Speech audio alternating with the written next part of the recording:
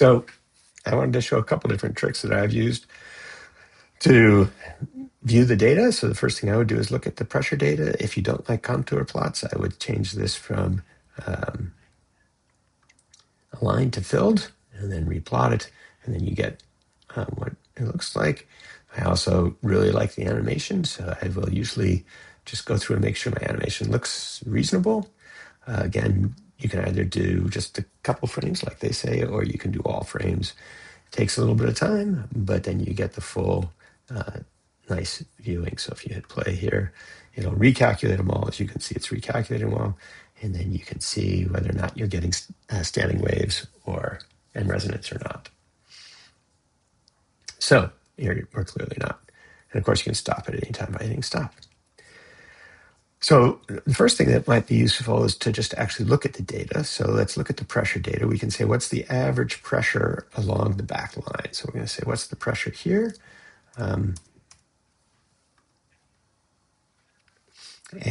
it should, if we do evaluate, it should build up a plot of pressure versus time. This is for the first solution. Let's actually go for the parametric solution. So let's clear the table and hit run again.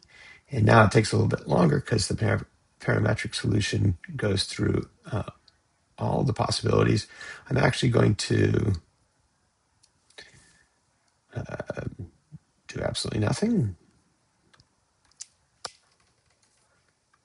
because it looks like we lost our Wi-Fi connection. So if I got the Wi-Fi connection back, I'm going to look at the outer solutions. So this is looking outside the boundary layer. So let's clear the table. And let's look at pressure outside the boundary layer on the right wall.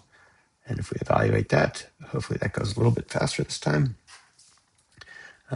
You will see that our pressure, we definitely have resonance in some cases and not in others. And it appears that I might not be getting a good Wi-Fi connection. So, there's my table. We have all the different pressures for each of the different frequencies we ran and time. So that's table 1. We can go ahead and say, let's do a 1D plot. And we'll call it pressure versus time. And we'll say I wanted to do a table graph of table 1. And we plot it up, and you can see there's definitely resonance in this case, 850 hertz, and not resonance in these other cases. You notice they run for different lengths of time because our range, if you recall, was based on the frequency. So we got a certain number of cycles in. All right, that's great. Although what I would really like is to look at the average RMS. So let's do a line again for the parametric solutions, outer solutions, and in this case, I'm going to say again, I want the pressure, but in this case, I want a transformation so that it'll find the standard deviation of the pressure.